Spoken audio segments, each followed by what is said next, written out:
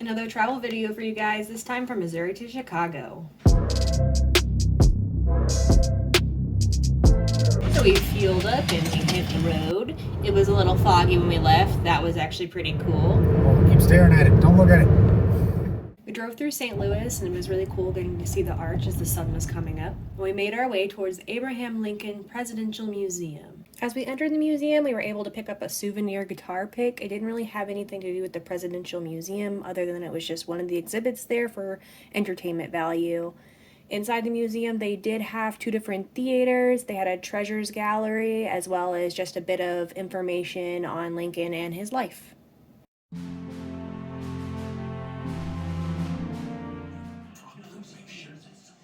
This hallway had slanted door frames and picture frames, and they played whispers and awkward music from overhead. It was unsettling, so we didn't stay too long.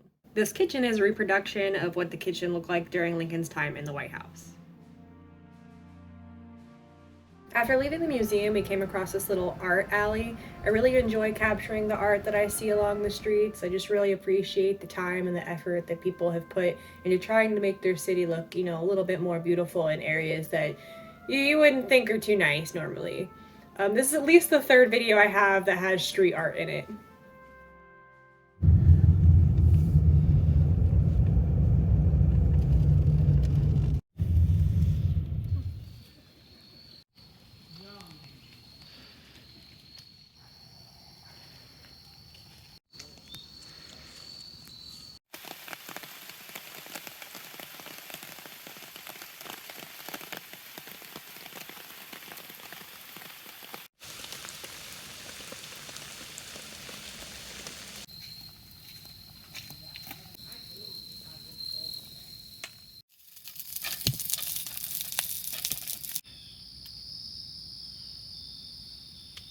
The next morning, we headed out to hike the trails. I definitely enjoyed this windy road on the way there, and once we arrived, we found QR codes you can scan for their recommended trails. I did have to mute the sound on these clips though because there were hundreds of birds in the trees and they were extremely loud. Stay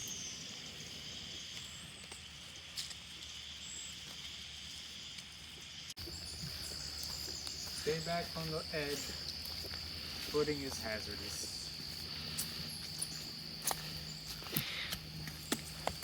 Wet steps. Okay. Oh, poison ivy. Let you know.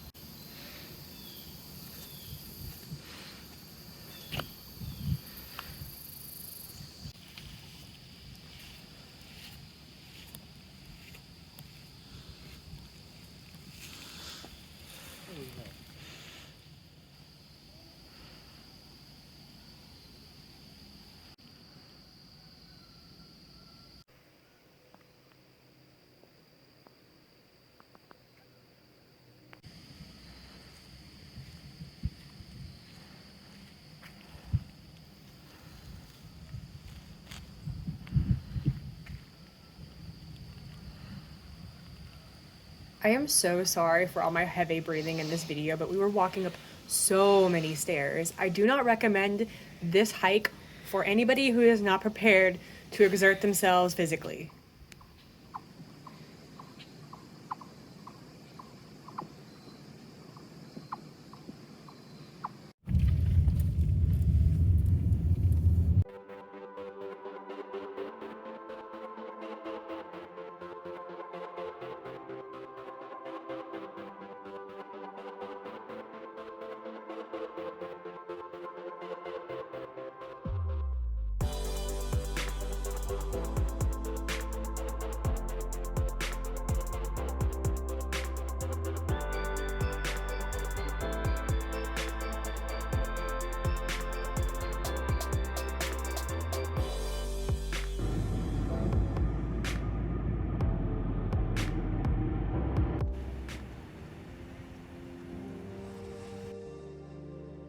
When we first arrived in Chicago, we were pretty hungry, so we went to Chinatown to get some hot pot at Happy Lamb. Neither of us had hot pot before, so it was a new experience for us. We ordered 2 broths, beef, noodles, veggies to cook, and it was all really delicious. Leaving Happy Lamb, we stopped at Asian Image and got some Japanese snacks, and we picked up some mystery boxes that were only $1 near the register. After exploring Asian Image, we left Chinatown to go check into our hotel. We stayed at the Sable Hotel right on Navy Pier. Check-in wasn't until 3 p.m. though, so we explored the pier a bit and we bought tickets for the last boat tour of the night. We had planned this hoping we could get some amazing night views of Chicago.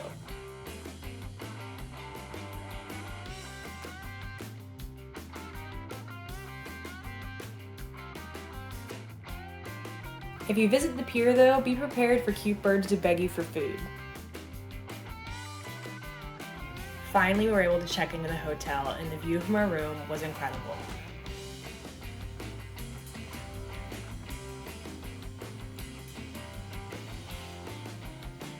The room itself was really nice. I liked the chair by the window and the giant walk-in shower.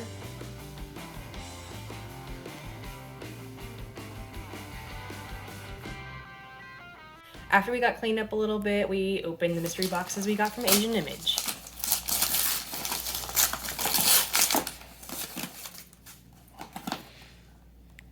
I have no idea. It's terrible. So,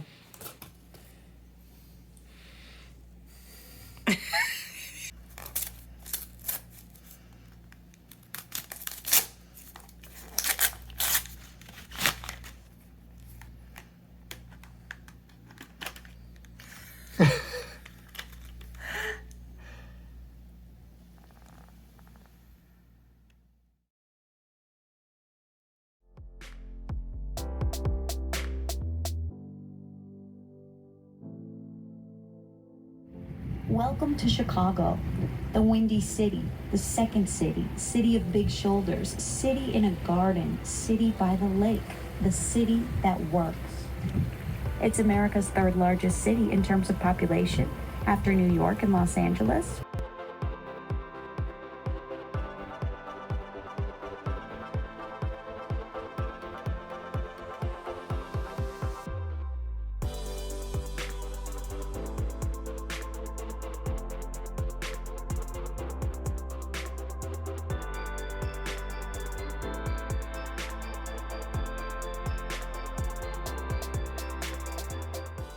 Situated to direct boaters to the opening of the Chicago River. The light is an active aid to navigation and unfortunately not open to the public. It became automated in 1979 and was designated as a Chicago landmark in 2003.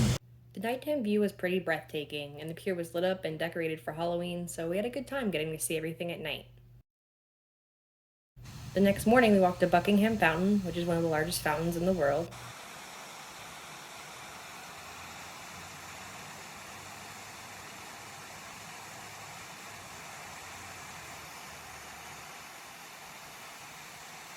And after getting to see Buckingham Fountain, we walked over to Millennium Park to check out the Bean. The sculpture is officially titled Cloud Gate and is one of Chicago's most popular sites. We just so happened to witness this bridge lift, and I know some people might not think it's cool, but it allows sailboats and other recreational boats to make their annual trip from the open waters of Lake Michigan to their winter storage facilities, and I found that fascinating.